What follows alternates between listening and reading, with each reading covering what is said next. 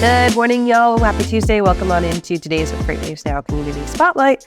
I'm Kaylee Nix, and we are here once again with Mary O'Connell to check in on today's episode of Check Call. Mary, thank you for joining us. And this week, we're continuing the cybersecurity conversation, which if you watched last week's episode, it's kind of a perfect roll-in. You talk about data aggregation, and we mentioned cybersecurity a little bit.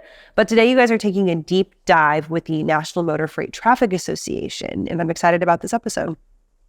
I am also very excited about this because as someone who has worked in the LTL space for quite a while, being able to actually talk to the NMFTA was pretty exciting. And I did tell them how fantastic Class It is. And for all those Class It haters out there, that's fine. You can stay a hater. It's cool.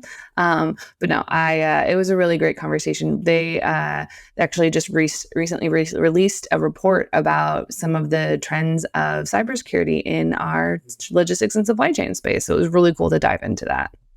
So like I mentioned, this is a good continuation from last week's episode of Check Call. And when it comes to some of these cybersecurity trends, what are some of the biggest things that are hitting the space right now that folks that are in the business of either data aggregation and dissemination or using that data need to be aware about?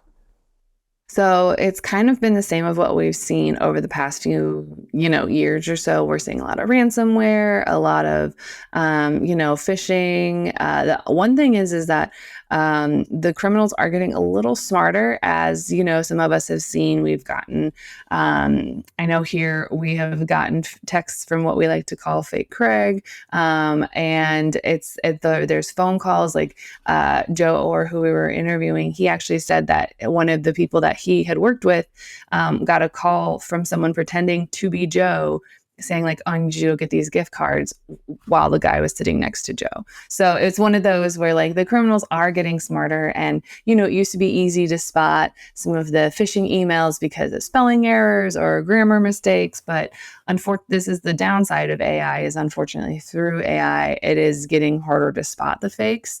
But the biggest thing that we walked away with is just, if you get some of those phishing emails, make sure that you do send them to IT and just say, hey, is this safe to open? If anything about it is making you second guess it, then just don't open it. But we can unfortunately expect to see more of the same of kind of those ransomwares and malware things, not malware, phishing emails, and kind of a continuation of what's been happening for the past year. So the past couple of years, we've had some kind of major cyber attacks hit the news in the trucking space. Think of the Forward Air one that was really big and pretty debilitating. And Estes Express last year was also one of those ones that was large, very debilitating, and took off a lot of their network down for, I think it was like 3 to 5 full days. And they were weeks before they had that restoration back and complete. And when you're looking at these targeted attacks, obviously hackers are kind of getting in, hoping to find either some data to sell or some money to get by holding that data ransom. What does this look like from a protection standpoint? Are there any rules in place garnering like what companies should do if they're underneath a cyber attack? Yeah, so actually, the NMFTA's website has a whole bunch of things listed about it. Joe and I go into pretty deep detail about certain places that people should go. So, 100% check out that episode. But the biggest thing that we kind of landed on was that there are more ransomware attacks and more, cyber attacks happening in the logistics space. It's just not a lot of people are reporting on it. So the reason that we did know so much about the Estes attack is because they came forward and said, hey, this happened to us. This is kind of what happened. And that is going to be so important moving forward, is that, nobody really wants to admit that they got hacked or that they're a victim of a cybercrime. But the truth is, like, they're testing everyone, looking for weak spots every day. So whether that's a publicly traded company or a privately traded company, they'll go and see, what your estimated revenue is or something like that. And then they'll just go ask for a percentage of it that they think they can get. And it doesn't matter how big or small you are, because they're not going to get a multi-million-dollar situation like Estes very often. But what will happen, unfortunately, to the small, medium brokers and carriers is that, they are less likely to have a strong IT team or even a cybersecurity team. They are less likely to have that.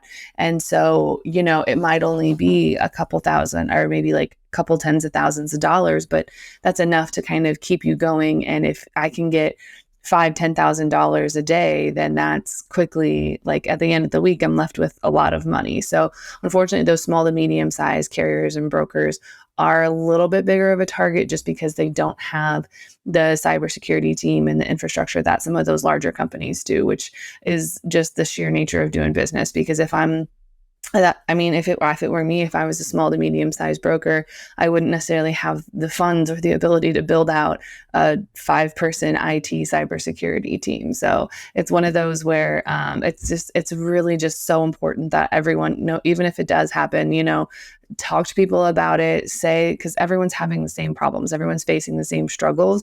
And the only way that it gets harder for the hackers is if everyone kind of works together and says, okay, well, this happened to me. This happened to me. All right, well, if we tell enough people, we can kind of spread the word and say that, okay, this is what we need to have in place for our defenses to make sure that it doesn't happen to us. So that's unfortunately the biggest key here, is just admitting that something bad happened.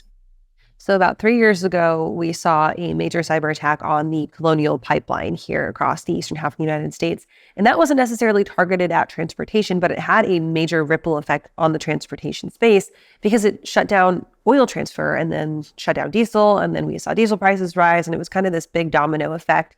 We ended up figuring out that that was the target from an international adversary. And we can expect to continue to see these cyber attacks, at least according to warnings by the United States government.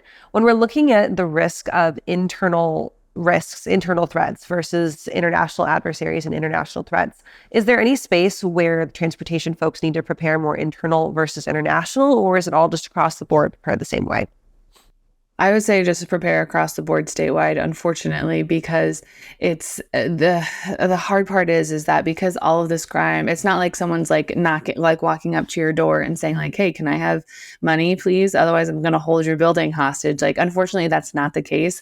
This is happening all virtually. So these people could be anywhere in the world. It could be next door. It could be across the world. It could be, the next state over. So unfortunately, because it is happening so quickly and so widely across the country, that you do kind of just have to prepare for the worst. And the important part is, have these plans in place, know what to do when something happens, and then practice it. Say, okay, well, this is something that we talked about with Ty on another episode is, they switched facilities every couple months for part of their data thing. And so they do go through and practice it. So that way, if something does happen to their system, they can still stay up and running if they have to switch everything over. So I would definitely say have a plan in place, sit there and say, okay, well, what are we doing? What are things that we can improve on? And okay, if we do go down for a couple hours, what does that look like? What kind of recovery? Do we have any kind of backup plan that maybe is using email if you can still even access it? So that's something that is very, very important to kind of sit there and assess your current situation and say, okay, if our technology was held for ransomware, if we went through something like an Estes or a forward air, what would that look like for us? And I think just kind of sitting there and coming up with what that plan would look like is extremely important. That way you're prepared when it happens, because it's a matter of when it happens, not if. It's like a fire drill, stop, drop, and roll, and Yeah. always be prepared. Mary, thank you for joining us this morning for our community spotlight. Of course, we can find check call this afternoon, and we will catch up with you next week. Thanks, guys.